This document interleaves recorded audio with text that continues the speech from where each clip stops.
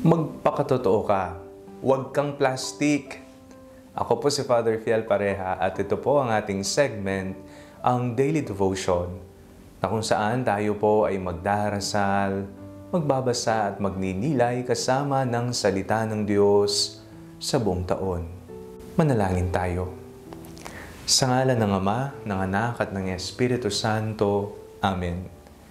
Halina, banal na Espiritu, liwanagan mo ang aming puso at isip, nang maunawaan at may sa buhay namin ang iyong salita. Amen. Our Bible passage for today is from the Gospel of St. Mark chapter 7, verses 1 to 8, and I read it for you. Now when the Pharisees and some of the scribes who had come from Jerusalem gathered around him, they noticed that some of his disciples were eating with defiled hands, that is, without washing them. For the Pharisees and all the Jews do not eat unless they thoroughly wash their hands, thus observing the tradition of the elders, and they do not eat anything from the market unless they wash it. And there are also many other traditions that they observe, the washing of cups, pots, and bronze kettles. So the Pharisees and the scribes asked him, "Why do your disciples not live according to the tradition of the elders, but eat with defiled hands?"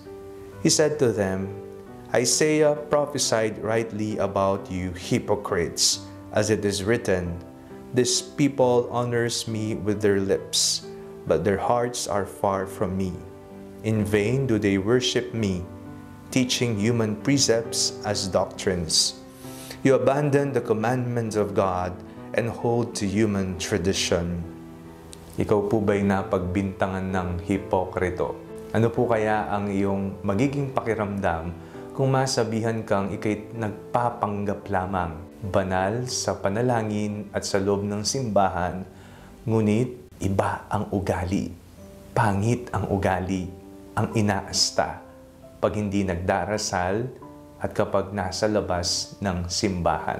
Napakainit po ng diskusyon sa binasa nating ebanghelyo sa araw na ito, sapagkat pinagbintangan na marumi, hindi katanggap-tanggap, labag sa batas ang ginawa ng mga alagad ni Kristo. Marumi ang kanilang mga kamay, defiled hands, hindi naghugas. Ito raw base sa mga Pariseyo at mga eskribang naroon ay labag sa kaugalian ng mga matatanda sa bayan, kumakain ng marumi ang mga kamay. Ngunit sumagot ang ating Panginoong Jesucristo gamit ang sinabi ni Propeta Isaías, "These people honors me with their lips, but their hearts are far from me."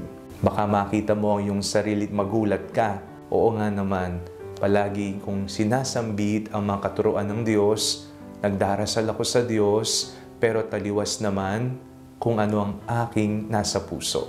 Sana po ito'y magtugma. Kung ano ang ating sinasabi, maging laman nawa talaga ito ng ating puso. Kung mahal natin ang Diyos, sana kahit sa ating mga labi at mga kamay, ang aksyon na ating ginagawa, maging ang ating pag-iisip, ang iniisip natin ay pagmamahal sa Diyos at pagmamahal sa ating kapwa. Tayong lahat ay makasalanan.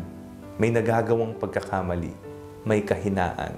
At aminin natin, may parte sa ating buhay na kung minsan tunay ngang nagiging hipokrito tayo. Ngunit hindi po nagtatapos doon ang lahat, sapagkat patuloy ang panawagan ng Panginoon sa pagbabagong buhay. Kung ikaw ay nagkamali, kung ikaw ay nagkasala, lumapit kang muli. Magtiwala ka, sapagkat may awa ang Diyos para sa ating lahat. Hindi niya tayo pababayaan, lalong-lalo na kapag nakita niya ang isang pusong nagsisisi at nais magbagong buhay. Ang panawagang ito ay para sa lahat, hindi lamang po sa mga taong simbahan o sa mga nagdarasal. Bagkus kahit ang mga hindi nagsisimba at nagdarasal, sana maging tugma ang ating bibig, ang ating pag-iisip, ang ating puso sa kung ano ang ipinapakita natin sa ating kapwa.